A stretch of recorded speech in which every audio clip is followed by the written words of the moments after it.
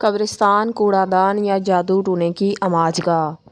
اتوار کے دن صبح دیر سے اٹھا تو صبح سے بے چینی تھی، جیسے کوئی مجھے اپنے پاس بلا رہا ہو۔ خیر ناشتہ وغیرہ کیا تو تھوڑے سے گھر میں مہمان آ گئے، ان کی کچھ سیوا کی اور غیبی پکار کی طرف قدم خود بخود اٹھنا شروع ہو گئے، اور یہ قدم جا کر میری والدہ مرحومہ کی قبر پر جا کر تھمے۔ آج تقریباً 15 سے 20 دن بعد وہاں حاضری ہوئی۔ میری والدہ کی قبر جس قبرستان میں ہے وہاں ساتھ ہی سڑک گزرتی ہے اور قبر سڑک کے ساتھ دیوار کے قریب ہی ہے۔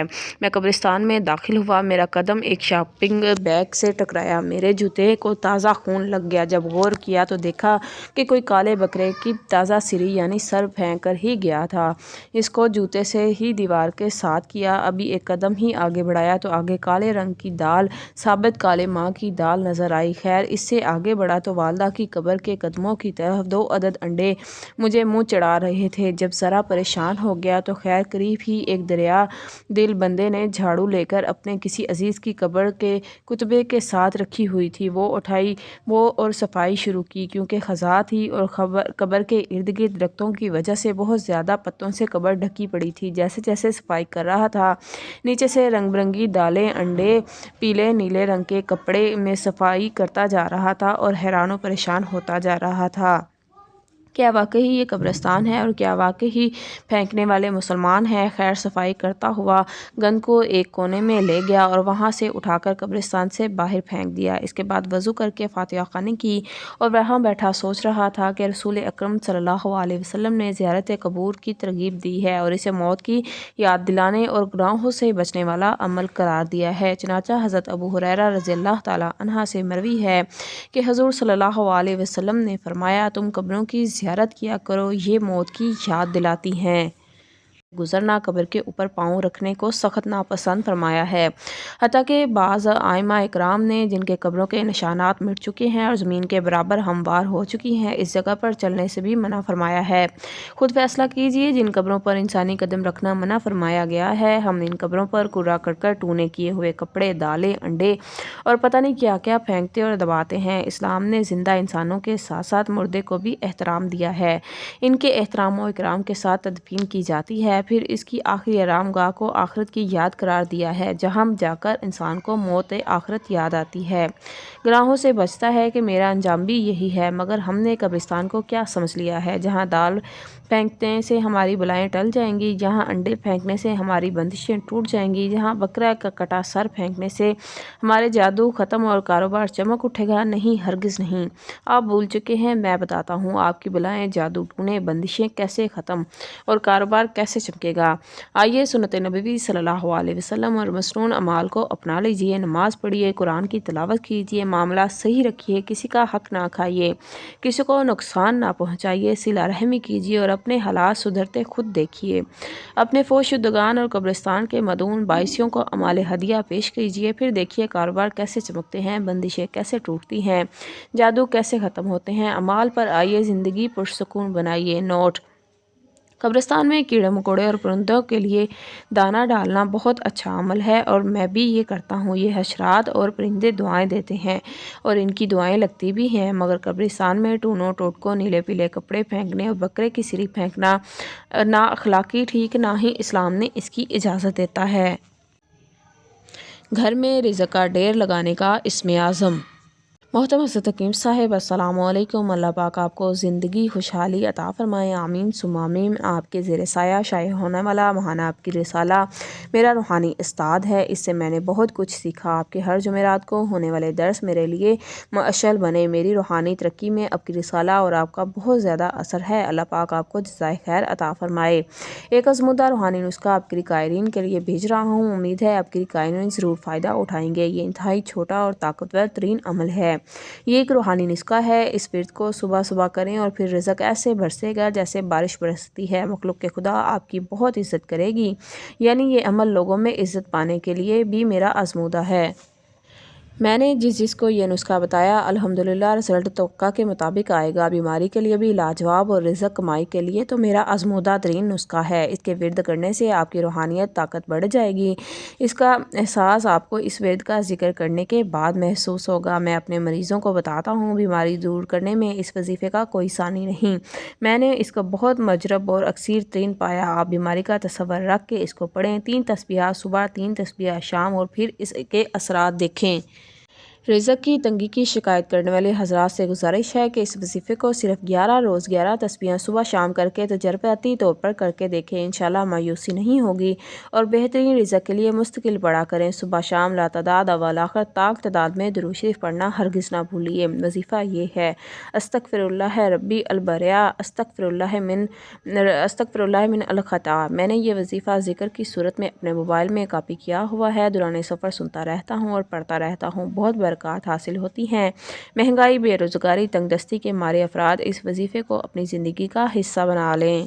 جنات کا پیدائشی دوست سلسلہ وار آپ بیتی قسط نمبر 146۔ ایک ایسے شخص کی سچی آپ بیتی جو پیدائش سے اب تک اولیاء جنات کی سرپرستی میں ہے اور اس کے دن رات جنات کے ساتھ گزر رہے ہیں۔ قائرین کے اصرار پر سچے حیرت انگیز دلچسپ انکشافات قسط وار شائع ہو رہے ہیں، لیکن اس پراسرار دنیا کو سمجھنے کے لیے بڑا حوصلہ اور حلم چاہیے۔ کالے، خبیث اور بد کردار جنات سے مختلف انداز۔ پہاڑوں کی چوٹیاں چاہے برف سے ڈکی ہوں یا خشک ہوں، پتھر سفید ہوں یا سیاہ، ان میں غاریں ہوں یا سوراخ، جنات سب جگہ رہتے ہیں اور بہت زیادہ رہتے ہیں۔ بلکہ جنات تو ایسی جگہ رہتے ہیں جہاں انسان نہیں رہتے۔ لک دک، ویران سیران، پرانے کھنڈرات، پرانے گھر، پرانے اجاڑ قلعے، ایسی جگہ جہاں کسی کے رہنے کا گمان اور خیال نہیں ہوتا، وہاں بھی جنات بہت زیادہ رہتے ہیں۔ جنات میں اکثریت شریر جنات، بدمعاش، خبیث اور ایسے جنات جن کو انسانی تکلیف دے کر سکون و چین اور راحت ملتی ہے، اور ان جنات کو پریشانی اس وقت ہوتی ہے جب کوئی کلام الہی یا پھر کلام الہی میں حروف مقطوعات کو پڑھنے والا ہو، ورنہ وہ بالکل پریشان نہیں ہوتے۔ خاص طور پر ناپاک، غافل، بے عمل انسانوں کو ستانے میں ان کا اہم کردار ہے۔ اچھا خاصا انسان کو اس کو نفسیاتی الجھنیں سمجھتے ہیں۔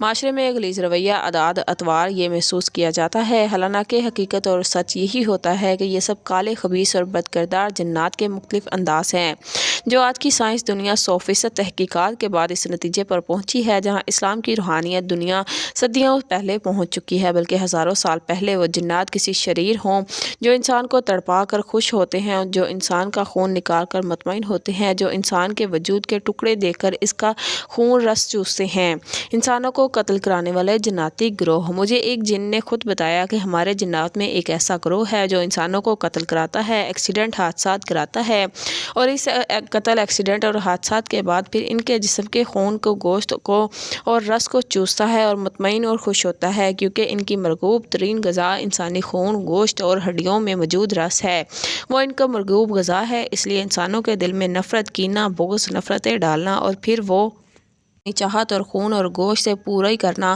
پھر ان شریر جنات کی ایک ذمہ داری ہے جو ان کے اندر خباثت اور نجاست نے لگائی ہوئی ہے، اور وہ یہ کہ وہ حادثات کرائے جائے۔ بے شمار واقعات ہیں کہ حادثات کے دوران خواب میں کسی نے مارا اور جن نے اپنا نام بتایا، جن نے اپنا راز بتایا۔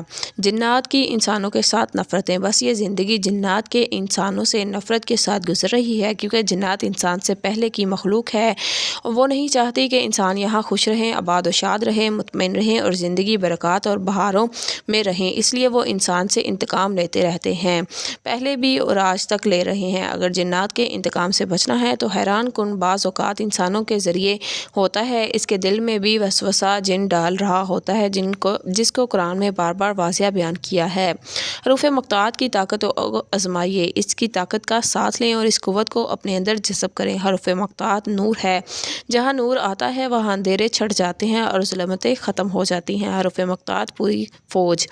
حروف مقطوعات ساتھی ہیں، جہاں ساتھی ہو وہاں تنہائی نہیں ہوتی، تنہا شخص پر دشمن حملہ کرتا ہے۔ حروف مقطوعات ایک فوج ہے اور یہ خدائی فوج ہے، آسمانی فوج ہے، جس کے ساتھ عرشی فوج ہو وہ کبھی تنہا نہیں ہوتا، وہ کبھی غیر مطمئن نہیں ہوتا، وہ ہمیشہ مطمئن ہوتا ہے۔ اس کے ساتھ کوئی ہے جو اس کے ایک ایک پل کو سنبھال رہا ہے، سنوار رہا ہے اور ایک ایک پل کا ساتھ دے رہا ہے۔ حروف مقطوعات مونس و مددگار رہے، پھر ایک پکار اور پر حروف مقطوعات اپنی قوت اور طاقت دکھاتے ہیں، اپنی زندگی، جوانی اور کامرانی دکھاتے ہیں۔ حروف مقطوعات ایک ایسا ریشمی دھاگا اور رسا ہے جس کی ملائمت انسان کی زندگی میں ہے۔ یہ سفر کا ساتھی ہے اور تنہائیوں کا مونس اور مددگار ہے۔ یہ اولاد سے زیادہ آپ کو آخرت اور دنیا میں ساتھ دینے والا ہے۔ حروف مقطوعات بھول نہیں سکتے، فراموش نہیں کر سکتے، اس سے زندگی کے دن رات ہمیشہ جڑے ہیں اور زندگی کے دن رات ہمیشہ آباد و شاد ہیں۔ حروف مقطوعات زندگی ہے، راحت ہے، بخشش ہے، عافیت ہے، عطا ہے، عرشی نور ہے، عرشی فوج ہے، عرشی خزانہ ہے، اللہ کی نظر ہے، اس کے حبیب صلی اللہ علیہ وسلم کا ساتھ ہے، تمام کائنات کی نیک ارواح اس سب کی طرف متوجہ ہوتی ہے، نیک جنات کی اس کے مددگار ساتھی بن جاتے ہیں اور فرشتے فوجدار فوج عطر کر اس کو ہر پل، ہر سانس، ہر روح میں سانس بخشتے ہیں۔ سربستہ رازوں میں سے ایک راز۔ حروف مقطوعات خفیہ خزانوں میں سے ایک خزانہ ہے، سربستہ رازوں میں سے ایک راز ہے، یہ وفا شعار ہے، یہ ذوق شوق کا ساتھی ہے، یہ زندگی میں امید ہے، یہ جوانی کی حفاظت ہے، یہ بڑھاپے کا عصا ہے، یہ وقار ہے، سربلندی کا عروج ہے، گلے کا صحرا ہے، سروں کا تاج ہے۔ جس نے حروف مقطوعات کو اپنی زندگی میں شامل کیا کبھی مایوس نہیں ہوگا۔ یہ پل پل کی آس ہے، پل پل کی امید ہے، راحت ہے، عافیت ہے، عطا ہے، شفقت ہے۔ جس کے پاس حروف مقطوعات ہیں یا اس کا نقش ہے، اس کی طرف میل نظر اٹھنے والی کھالی جائے گی، اگر زیادہ اٹھے گی تو واپس جائے گی۔ اس کی طرف تیز کبھی نشانے نہیں لگیں گے، ہر حاسد کا حسد، کینہ پرو کی کینہ پروئی اور ظالم کے ظلم کے تیر کبھی نہیں لگتے، بلکہ کائنات کا انوکھا نظام ہے، آج تک کبھی کسی نے تیر کو پلٹتے نہیں دیکھا۔ حروف مقطوعات کی طاقت اور ڈھال وہ چیز ہے جو تیر کو پلٹا دیتی ہے اور تیر کو لوٹا دیتی ہے۔ گھر ویران اجڑی زندگی، آئیے حروف مقطوعات کو قدر کی نظر سے دیکھیے، عظمت کی نگاہ دیں، وقار و شان و شوکت اور توجہ دیں، روح کی دنیا آباد اور شاد کر لیں، من کی دنیا کے ساتھ دل لگا لیں، اور یہ سب حروف مقطوعات کی برکت سے ہوگا۔ آپ کا گھر ویران ہے، اجڑ گیا ہے، اولاد کی وجہ سے بے روزگاری، تنگ دستی، مشکلات، مسائل، ناکامیاں، پریشانیاں آپ کی زندگی کا ساتھی بن گئی ہیں تو آپ کا آخری درجہ میں اجڑ گئے ہیں تو اس کو کونے کونے سے آوازیں آتی ہیں، سانسوں کی، آہوں کی، سسراہٹ کی، آہٹ کی، خون کے چھینٹے، پانی کے قطرے، کپڑے پھٹ جانا، پڑے پڑے چل جاتے ہیں، جگہ جگہ آگ بھڑک اٹھتی ہے، نفرتوں کی انتہا، جالے مکڑیاں، الو، گھر جانے کو دل نہ چاہتا، باہر رہیں تو سکون، گھر جائیں تو بے سکونی۔ اس اجڑے اور ویران گھر کو اگر آباد کرنا چاہتے ہیں، شادمانی، خوشیاں، امنگیں، آسیں، امیدیں، راحتیں اگر گھر لانا چاہتے ہیں تو حروف مقطوعات اپنی زندگی میں روشن دلیل بنائیں، سچی راہیں بنائیں اور سچا راستہ بنائیں، آپ دنیا کے کامیاب لوگ ہوں گے جو اس پل میں اور ہر پل میں حروف مقطوعات کا ساتھ لے کر چلیں گے۔ خبردار، تنہا زندگی گزارنا اچھا نہیں، خبردار، تنہا زندگی گزارنا اچھا نہیں، بیٹا ہو یا بیٹی، آنچل ہو یا آنگن، سر ہو یا دھڑ، زر زن، زمین ہو یا ورثہ، یہ کبھی اکیلا اچھا نہیں، ان سب پر حروف مقطوعات کی چھتری، چھاؤں، راحت بھرا سایہ، میٹھی دنیا لازم ہے۔ اب سے پہلے حروف مقطوعات قرآن میں پڑھے تھے اور اس کی تاثیر کو آزمایا اور اس کی طاقت کو جاگتی آنکھوں سے دیکھیں، اس کے زندہ کرشمات روشن آنکھوں سے، سچی دلیلیں پورے نظام سے دیکھیں اور دیکھتے رہیں۔ آپ سوچ نہیں سکتے کہ آپ کتنی ترقی کر سکتے ہیں، کتنا عروج پا سکتے ہیں، اپنی محرومیوں سے نکل سکتے ہیں، آپ کی گلیاں بند ہیں، آپ کے راستے تنگ ہیں، زندگی مایوسی اور ناامیدوں میں اور موت کا انتظار ہے، بلکہ رات اس نیند سے سوتے ہیں کہ ہم 100% صبح نہیں اٹھیں گے، اور نہ ہی ایسی زندگی چاہیں، نہ ہی ایسے دن رات چاہیں، نہ ہی ایسا پل چاہیں، نہ ہی ایسے لمحات چاہیں، تو گھبراتے ہیں کیوں، مایوس ہوتے ہیں۔ پھر قرآن اور قرآن میں حروف مقطوعات کس کے لیے ہے؟ کیا قرآن کے نہ ماننے کے لیے؟ کیا رب کا انکار کرنے والوں کے لیے؟ کیا اس کے نبی صلی اللہ علیہ وسلم کے منکروں کے لیے؟ ہرگز نہیں۔ حروف مقطوعات آپ کے لیے ہیں، جادو شریر ہو یا جنات شدید ہوں، واقعات در واقعات ہو رہے ہیں، بڑے مالدار اور دولت کی فراوانی، آپ اپنی نانی دادی سے دن رات سیاست سن رہے ہیں، آپ کی نانی دادی نے سنایا، آپ کے بڑوں نے بتایا کہ بہت بڑے مالدار، بہت امیر، رزق دولت کی فراوانی تھی، نوکر چاکر ہر وقت حاضر باش تھے، مال و زر کم نہ ہونے کا تھا، سونے چاندی اور زیورات کی کمی نہ تھی، عروج تھا، ڈھیر تھا، مہمان تھے، کھانا تھا، توسیع دسترخوان تھا، لیکن کسی نے جادو کیا، کسی نے جنات کی شرارت ہوئی، کسی حاسد کے حسد اور شریر کے شر نے اور کسی کے انتقام نے سب کچھ اجاڑ کر رکھ دیا۔ ہائے حسرت، ہائے مصیبت! آپ پھر اب بھی مایوس ہیں؟ نہیں نہیں، حرف مقطوعات اور اس کا نقش کہاں جائے گا؟ یہ نقش آپ کے لیے اور کسی کے لیے نہیں۔ یہ نقش آپ کی زندگی، روح ہے، جنون ہے، جوادانی ہے، سبق ہے، راستے ہیں، منزل ہے اور عشق ہے۔ آپ نے اس سے پہلے سنا، نسل در نسل اپنا گھر نہیں، کرائے کا مکان، ایک سے نکلے تو دوسرے میں۔ دادی نے بھی زندگی ایسے ہی گزاری، پڑدادی نے بھی۔ آج تک اپنی چھت، اپنی فرش کبھی چین سے نہیں ملا۔ مہینہ گزرتے پتہ نہیں چلتا، لمحے لمحے ایک احساس ہوتا ہے کہ ابھی ماہ گزرے گا اور گھر کا کرایہ دینا ہوگا۔ کچھ ہی عرصے بعد ایک اور خطرہ منڈلاتا ہے کہ کرایہ دار یا گھر خالی کرنے کا کہے گا یا کرایہ بڑھانے کا کہہ دے گا۔ مکان پرانا، کبھی سانپ، کبھی بچھو، کبھی کھٹمل، کبھی پسو، کبھی جوئیں، کبھی مچھر، روز کا روگ ہے، نت نئی پریشانیاں ہیں۔ بچے پوچھتے ہیں، بابا ہمارا اپنا گھر کب ہوگا؟ معصوم طوطی زبان میں مجھ سے باتیں کرتے ہیں، یہ ہمارا گھر سارا آخر کیوں؟ لوگ ہم سے کیوں گھر چھین لیتے ہیں؟ لوگ ہم سے چھین لیتے ہیں، ہم گھر میں کیوں نہیں رہنے دیتے؟ ان بچوں کو معلوم نہیں کہ ہم کرایہ دار ہیں۔ میں اپنی آنکھیں امڑتے ہوئے آنسو پی جاتا ہوں، کیونکہ میں نے اپنے باپ کو ایسے دیکھا۔ میں چھوٹا سا ہوتا تھا، باپ کی انگلی پکڑے باپ سے باتیں کرتا تھا۔ پھر وہ واقعہ بھی میری آنکھوں کے سامنے ہے، جب ایک شخص نے ہمارا سامان اٹھا کر گلی میں پھینک دیا کہ ہم اپنی غربت، تنگ دستی، کمزوری کی وجہ سے چند ماہ کا کرایہ نہیں دے پائے تھے۔ یہ لمحات تو اپنے باپ کے دیکھے، اپنے باپ سے بھی سنا تھا، غم کا قصہ، غربت کی کہانی اور داستان، گھر میں مال و رزق کی کمی، ہر وقت والدہ کے مطالبے، والد کا سہم جانا، دن کا ڈھل جانا، سرشام ایک اداسی، ویرانی، غربت کی آنکھوں میں فقر کی بھیانک صبح، اپنوں کا روٹھ جانا، اپنے بھی دور اور پرائے بھی ہو گئے۔ جس کے پاس مال تھا انہوں نے مذاق اڑایا تھا، ہمیں طنزیہ نظروں سے دیکھا، ہم سب کو سنتے رہے، سہتے رہے، دیکھتے رہے اور خاموش رہے۔ لوگ حیرت سے دیکھ رہے، انہیں کیا ہو گیا؟ اچانک نظر میں حروف مقطوعات گزرے۔ حروف مقطوعات کائنات کے رازوں، قرآن کے پوشیدہ اور سربستہ رازوں میں سے ایک راز ہے۔ یہ عرشی ولولہ، جذبہ ذوق، سوز و ساز ہے۔ اس نے ہمیں امید بندھائی، امید میں حروف مقطوعات سے دوستی کی، اس کے نقش پر محنت کی، تعلق پیدا کی اور یقین کامل رکھا، اعتماد کامل رکھا، اور چلتے چلتے ایک وقت ایسا آیا کہ ہمیں عروج اور بخت نصیب ہوا جو نسل در نسل نہیں ملا تھا۔ لوگ حیرت سے دیکھتے رہے، انہیں کیا ہو گیا؟ انہیں عروج کمال کیسے ملا؟ یہ غربت، یہ تنگ دستی، یہ فقر کے مارے ہوئے چہرے جنہیں 2 وقت کا کھانا پیٹ بھر کر، جی بھر کر کبھی نصیب نہیں ہوا تھا، انہیں عروج کمال کیسے ملا؟ بخت و جمال انہیں کس طرح نصیب ہوا؟ انہیں علم نہیں تھا، قرآن کے رازوں سے ان سے کا رابطہ ہو گیا، قرآن کی راز بھری زندگی اور حیرت انگیز جہان یعنی حروف مقطوعات سے ان کا واسطہ پڑ گیا۔ آئیے مایوس اس جہان کا حصہ نہیں، آس ہی آس ہے، امید ہی امید، جذبہ ہی جذبہ، وقار ہی وقار، اور یہ سب حروف مقطوعات میں ہے اور یہ سب حروف مقطوعات کی زندگی ہے۔ تو پھر آج کے بعد حروف مقطوعات اپنی اور اپنی نسلوں کو برسا دیں، انہیں عزت دیں اور نسلوں میں اس کی اہمیت وقار دلائیں، بس اعتماد اور اعتقاد شرط ہے۔ سلسلہ جاری ہے، اس سے بھی زیادہ پراسرار واقعات اور لاجواب وظائف اور سابقہ ایک ساتھ پڑھنے کے لیے جنات کا پیدائشی دوست کتاب ضرور پڑھیے۔ 2022 کے شمارے میں صفحہ نمبر 41 پر شائع کیا جائے گا۔ نوٹ یاد رہے کہ پہلا نقش ستمبر 2021، دوسرا نقش دسمبر 2021 کے شمارے میں شائع ہو چکا ہے۔ کل 12 نقوش کا طاقتور عمل ہے، ہر 3 ماہ کے بعد ایک نقش ترتیب سے شائع کیا جائے گا۔ اگر آپ نے پہلے اور دوسرے نقش کا عمل نہیں کیا تو آج ہی ستمبر اور دسمبر کا 2021 کا شمارہ کسی بھی ایجنسی ہولڈر یا دفتر ماہانہ ابکری سے طلب فرمائیں اور اس خاص عمل میں شامل ہو کر ہر قسم کی پریشانی سے نجات پائیں، تاکہ آپ تمام نقوش کی برکات لے سکیں۔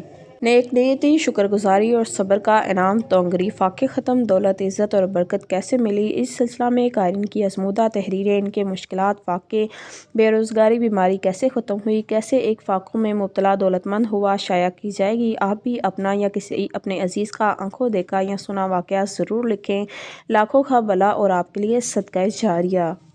محترم حضرت حکیم صاحب، السلام علیکم۔ ایک عرصہ سے آپ کی رسالہ پڑھ رہا ہوں، بہت ہی اچھا رسالہ ہے، اس میں میں نے بہت کچھ سیکھا ہے۔ آپ کا شکریہ کہ آپ نے ایسا نفسہ نفسی کے دور میں بھی دکھی انسانوں میں سکون بانٹ رہے ہیں۔ آپ کی رسالہ میں وساطت سے بھی ابکری کے پڑھنے والوں کو پیغام دینا چاہتا ہوں۔ اگر ہم عام زندگی میں اپنے ملتے جلنے والے لوگوں سے نیک نیتی برتیں، ان کو اچھا مشورہ دیتے ہیں، مسئلے کا حل بتاتے ہیں، ان کے مسئلے کو حل کرنے میں مدد کرتے ہیں، رشتہ دار ہو یا غیر، ہر کسی کے لیے ہمارا جذبہ جذبہ ایک ہی ہونا چاہیے۔ منافق انسان نہ تو دل سے کسی کی مدد کر سکتا ہے اور نہ ہی کسی کے لیے اچھا سوچ سکتا ہے۔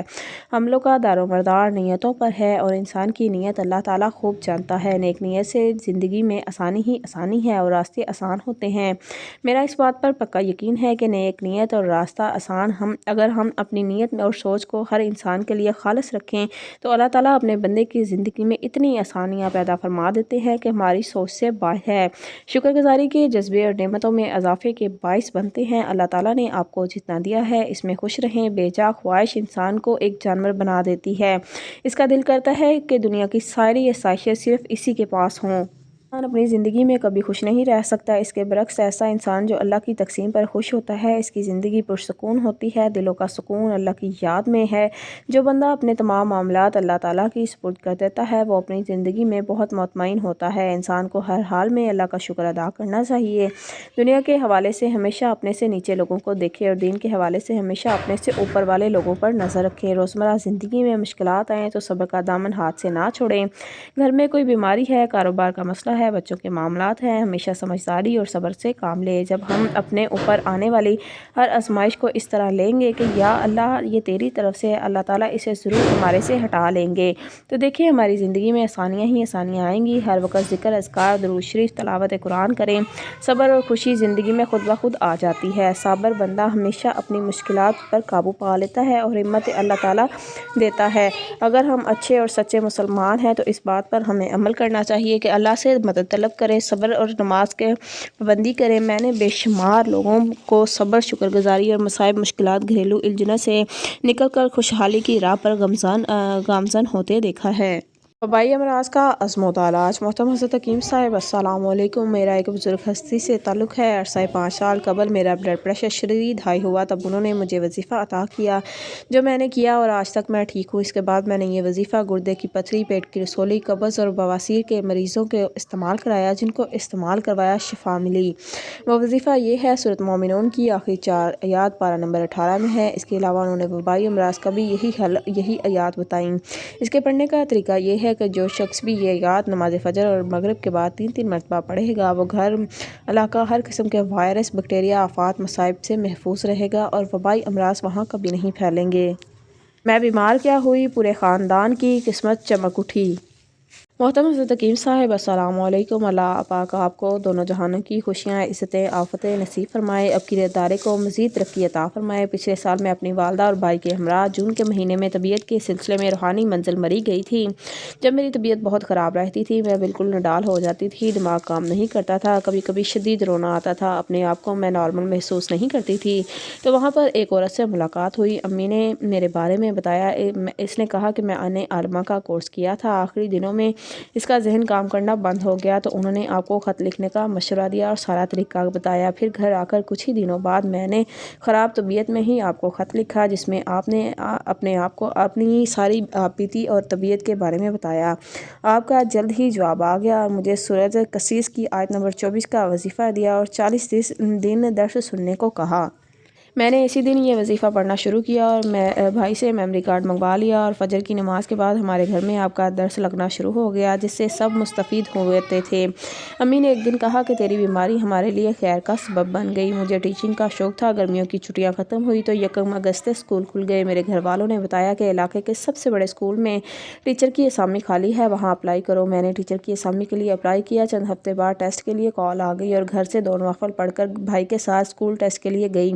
ٹیسٹ بہت ہی زیادہ مشکل تھا، تیاری بھی کچھ خاص نہیں تھی، بس جو مجھے آتا تھا میں نے سب لکھ دیا اور گھر آ گئی۔ مجھے امید نہیں تھی کہ میں ٹیسٹ میں پاس کر سکوں گی، لیکن چند ہی دن بعد مجھے کال آ گئی، آپ اپنے کاغذات لے آئیں، آپ کا انٹرویو ہے۔ میں اسکول گئی اور پرنسپل نے بہترین تنخواہ کے ساتھ مجھے اسامی پر رکھ لیا۔ یہ سب سورۃ قصص کے وظیفے کی برکت ہے۔ میری اسکول اسلامی نہیں تھا، میں نے ارادہ کیا کہ اللہ پاک سے مدد مانگی تھی کہ میں اسکول کو ایمان کی طاقت سے اسلامی بناؤں گی۔ گھر میں ٹیوشن کے بچے بھی پڑھنے لگے اور انہیں سپارہ بھی میں ہی پڑھاتی ہوں۔ ابھی تک الحمدللہ طبیعت بھی بہت حد تک ٹھیک ہو گئی ہے۔ میرے رشتے بھی بہت آ رہے ہیں جو پہلے نہیں آتے تھے۔ میرے بھائی نے میرا ایم اے اسلامیات کے لیے داخلہ بھی بھیج دیا ہے، انشاءاللہ وہ بھی کلیئر کر لوں گی۔ وظیفہ ابھی بھی جاری ہے، انشاءاللہ مرتے دم تک جاری رکھوں گی۔ وظیفہ سے میری زندگی میں بہت سی تبدیلیاں رونما ہوئی ہیں۔ سال کے شروع میں ہی اللہ پاک نے مجھے درود پاک کا نصاب پڑھنے کی توفیق دی، جو میں نے بہت یقین کے ساتھ کیا۔ اسکول کا نیا سال شروع ہوا تو اسکول کے نصاب میں ناظرہ کو مضمون کی حیثیت سے شامل کیا گیا، جس میں عربی کی ایک کتاب بھی ہے، اور انہوں نے مجھے اس کا ناظرہ کا ٹیچر بنا دیا ہے۔ بھائی کو واپٹا میں سرکاری ملازمت مل گئی ہے۔ آپ کے دیے گئے وظائف، آپ کی دعاؤں اور آپ کے درس سننے کی بدولت میں کہاں سے کہاں پہنچ گئی، اپنی سیلری میں سے صدقہ بھی کرتی ہوں۔